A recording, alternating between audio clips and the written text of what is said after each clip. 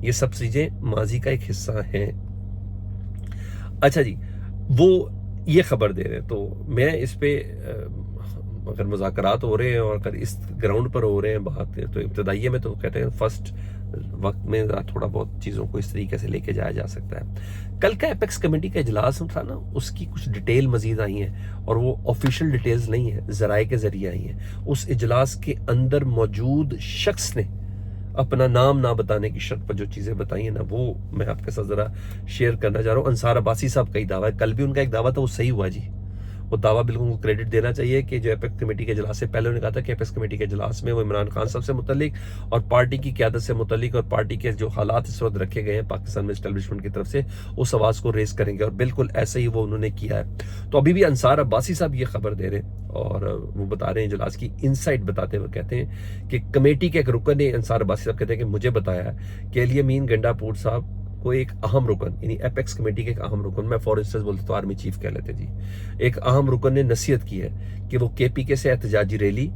پنجاب لانے سے گریز کریں۔ ایسے اقدامات سے صوبائی ہم آہنگی کو نقصان پہنچ سکتا ہے، اس کا مطلب درخواست کی گئی ہے ان سے۔ اور سی ایم پنجاب مریم نواز صاحبہ کا ایٹیٹیوڈ بہت زیادہ اگریسو تھا اس ملاقات میں، اور بلکہ یہ کہا گیا اس اہم ترین شخصیت کی طرف سے، کمیٹی کے ممبر کی طرف سے، کہ آپ نا کے پی کے سے احتجاجی ریلی پنجاب لانے کی بجائے نا، آپ پنجاب میں جو آپ کے کارکن ہیں ان کو ذرا متحرک کریں تو سب سے زیادہ بہتر ہے۔ مگر مریم نواز صاحبہ کافی غصے میں تھی، اور انہوں نے کے پی کے وزیر اعلیٰ پر حملے کی طرز پر ریلی نکالنے کا الزام لگایا گیا۔ اور جب یہ سب باتیں اس وقت کل ہو رہی تھی، تو اب دیکھیں دوسری صوبے کی سی ایم یہ بات کری ہے، اس کا کرنا بنتا نہیں ہے، پرائم منسٹر کا کام کرنا بنتا ہے۔ یہ صوبوں کے وزیر اعلیٰ ایک دوسرے کے ساتھ دو نہیں ہو تو مناسب ہے، لیکن شاید مریم نواز صاحبہ پرائم منسٹر کے علاوہ بھی کچھ لوگ ان کے اپنے اس کمیٹی کے اندر موجود تھے، تو اس لیے تھوڑا تگڑی ہوئی تھی۔ مریم نواز صاحبہ کہتی ہیں ایسے احتجاج سے جان و مال کا نقصان ہوتا ہے، اور مریم نواز صاحبہ کی تنقید کے جواب میں علی امین گنڈا پور صاحب نے پی ٹی آئی کو خصوصاً پنجاب میں درپیش مسائل کی بات کی، اور مریم نواز صاحبہ سے متعلق بتایا کہ پنجاب میں ہماری خواتین سے، ہمارے کارکنوں سے، ہمارے بچوں کے ساتھ کیا سلوک کرتی ہیں۔ تو یہاں تک بات ہوئی۔ پھر عمران خان صاحب کا ذکر ہوا کہ بغیر کسی جرم کے ان کو جیل میں رکھا گیا ہے، یعنی آرمی چیف سے یا دیگر چیف جو ادھر موجود تھے ان کے ساتھ، اور ہمارے کارکنان کو تنگ کیا جا رہا ہے۔ بہرحال یہ بتاتے ہیں انصار بھائی صاحب، مریم نواز صاحبہ کا لہجہ تلخ تھا، علی امین گنڈا پور صاحب بہت نسبتاً پرسکون، مطمئن تھے اور پر اعتماد تھے، اور ویسے بھی وہ باڈی لینگویج سے متعلق انصار عباسی صاحب اس ممبر کے تھرو بتا رہے ہیں کہ جو ممبر موجود تھا، جس نے انصار عباسی کو خبر دی کہ علی امین گنڈا پور صاحب کے ساتھ محسن نقوی صاحب بیٹھے ہوئے تھے،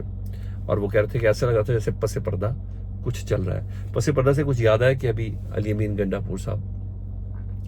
پہنچے ہیں جی اڈیالہ جیل میں، دوبارہ ایک کل ملاقات ہے اور اب دوبارہ ایک ملاقات ہو رہی ہے جی عمران خان صاحب سے ان کی۔ تو پس پردہ کچھ چیزیں ہیں نا جی، ایک کے بعد ایک جس طریقے سے اجازتیں مل رہی ہیں، اس کی چیزیں کچھ سامنے آئیں گی تو تھوڑی دیر میں آپ سے بات کریں گے، لیکن جس وقت میں آپ سے بات کر رہا ہوں تو اس وقت یہ خبر میرے پاس آ گئی ہے۔ نصرت جاوید صاحب ویل انفارمڈ صحافی ہیں اور خبریں بیشتر درست ہوتی ہیں، وہ ایک دوسرے طریقے سے اس حکومت کو ڈرا رہے ہیں۔ وہ کہتے ہیں اگر شہباز شریف پاکستان تحریک کے صاف کے پاؤں بھی پکڑ لینا، پھر بھی پی ٹی آئی والے ان سے مذاکرات نہیں کریں گے۔ دیکھے ہیں بہت ہنگامے محبت کے انجام بھی رسوائی اور آغاز بھی رسوائی،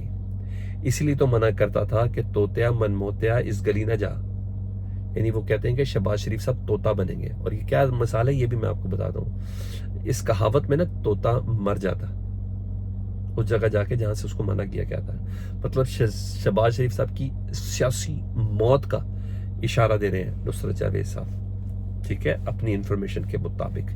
یہ چل رہے ہیں۔ ادھر بشرا بی بی صاحبہ کے حوالے سے کچھ خبریں کلیئر ہوئی ہیں جی، شیر افضل مروت صاحب نے ان کی کلیئر کی ہیں جی۔ بہرحال وہ کہتے ہیں شیر افضل مروت صاحب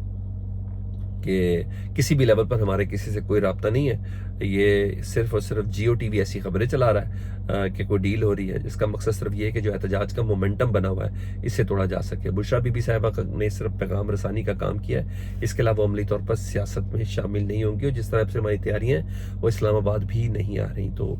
انہوں نے کہیں نہ کہیں کسی کو تسلی دے دی ہے کہ بشرا بی بی صاحبہ اسلام آباد کنٹینر پر نہیں ہوں گی. وہ جو بھی چیزیں ہیں، پیغام رسانی ہے، جو معاملات ہیں، وہ انہوں نے پشاور تک ہی رکھے ہوئے ہیں.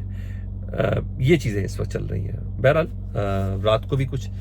پی ٹی آئی کی ایک میٹنگ ہوئی تھی جس میں مذاکرات کے حوالے سے بات ہوئی. 3 بجے یہ میٹنگ ہوئی تھی رات کو، بلکہ صبح 3 بجے اب کہہ لیں ہوئی تھی. جب بیرسٹر گوہر صاحب سے جب سوال کیا گیا کہ مذاکرات وغیرہ کو چل رہے تو انہوں نے سوال کو گول کیا ہے. لیکن یہ میں آپ کو انشور بتا دوں، کنفرم بتا دوں کہ بیک ڈور بات چیت چل رہی ہے. اور بہت حد ہو گئی نا، تو کل دوپہر کو جب میں آپ سے بات کروں گا نا، 24 گھنٹے بہت ہی اہم ہے، بہت ہی امپورٹنٹ ہے. تو کاؤنٹ ڈاؤن سٹارٹ کرتے ہیں. فیڈ بیک سے متعلق ضرور آگاہ کریں. اپنا بہت خیال رکھیں. اللہم صلی علی محمد و آل محمد.